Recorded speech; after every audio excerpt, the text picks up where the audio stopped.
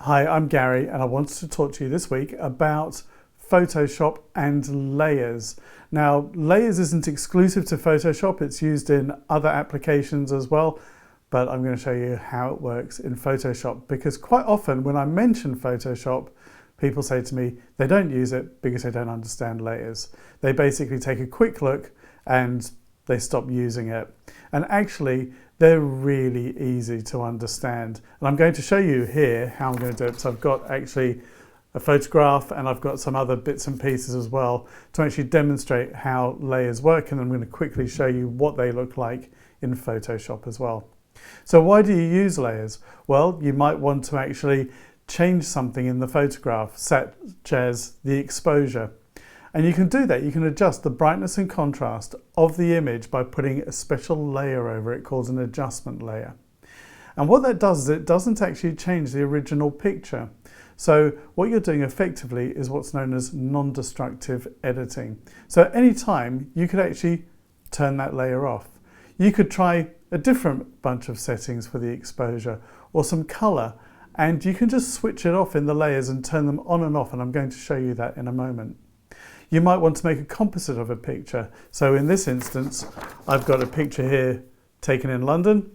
I've cut out a picture of the Eiffel Tower that I took, and I'm going to basically superimpose it into there. And I can do that by having one layer on top of the other. And by doing that, I can move it around without interfering with the other picture. And also I can take it away, resize it, and so on. I can add text. Again, in another layer, I can move it, switch it on and off. I can try different layers with different text and look at different fonts and how they're working. I can also have a layer and I can just draw shapes on it. I can draw freehand as well on it too. So we can see how to do that just simply by using the layers. So let's just take a quick look at what I've got in front of me and how the layers work. So here is the photograph. If you're wondering, it's in London. It's in a place called Fitzroy Square. It was snowing and I just happened to like this picture, so I chose this one today. And I have also got a photograph of the Eiffel Tower, which I've cut out, and that's something that you could do in Photoshop. You can cut something out and then place it on top of another photo as a layer. So if I put it on as a layer, then what you can do with a layer is you can move it around without interfering with the picture below. In other words, this picture doesn't actually alter in any way, so I could turn off a layer. So I go back to the original, or I can put it back and I could resize and move around. So it is sitting on top of this one and it is not changing it. It's not changing the structure of this picture. So that's the advantage of having a layer. I can also put layers on that can change like the brightness and the contrast, such as this layer here. This is neutral density filter. All it does, and you can probably just about see it, it's made the picture darker. If I don't like it, I can change the settings, or I can switch off or delete the layer and see what it looks like with and without, so I can put it back. I can also take a layer, effectively a clear layer, and I can then add text and things like that, shapes and so on. So I could, if I wanted to, draw on it. So I'm not very good at drawing upside down. In fact, I'm not good at drawing at all, but I could call this one here Paris in London. So the advantage of having it on a layer like this, and you can see the text here, is one, again, I can switch it off, take it away, and I can also put it back on and I can move it wherever I like without interfering with the picture below. So the other type of layer you have, so I've mentioned you can change the brightness and contrast. There are many different layers you can have, but you could also change it, maybe warm it up a bit with a little color filter here. This is normally used to warm pictures up. Some people like their pictures a bit on the warm side. Wouldn't really work for this one because that's not the effect I'm going for here. But quite often if I'm doing a portrait, I might put a warming layer over the top of it, a warming filter, and it just gives that sort of warmth. Some people like to make them colder, so they would put like a cool filter over the top. Or you might get very artistic and put anything you like. So as you can see, at any time, I can think, right, what does that look like if I put some contrast on there, pop that over the top. Doesn't work, you simply delete it and take it away. So how does this look when I'm actually doing the same sort of thing in Photoshop? Okay, so now I'm in Photoshop and you can see a similar kind of picture right here.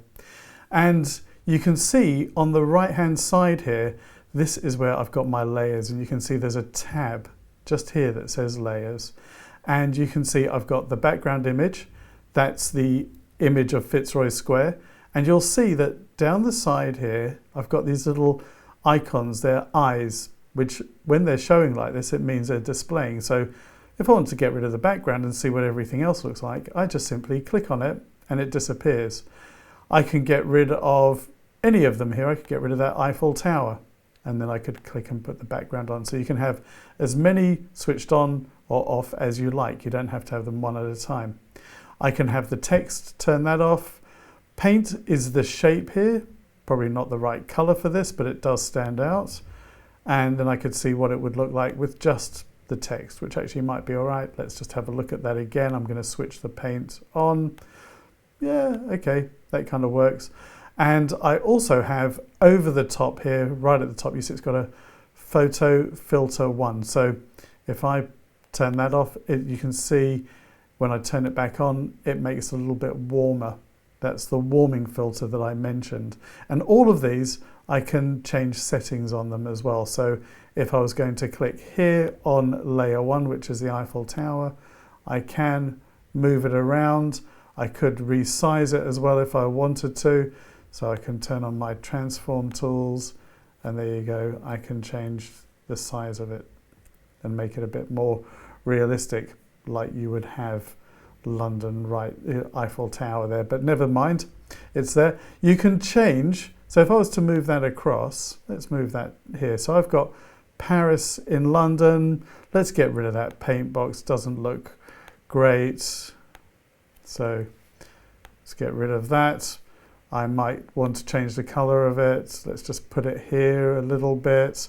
You can change the order of these layers. So the one down the bottom is the one at the back, and each one of these is on top of it. So for example, if I had that paint one, let's just move that, switch that on. You can see the paints, I drew that afterwards, is sitting on top of the text. I just simply click and drag to move it down.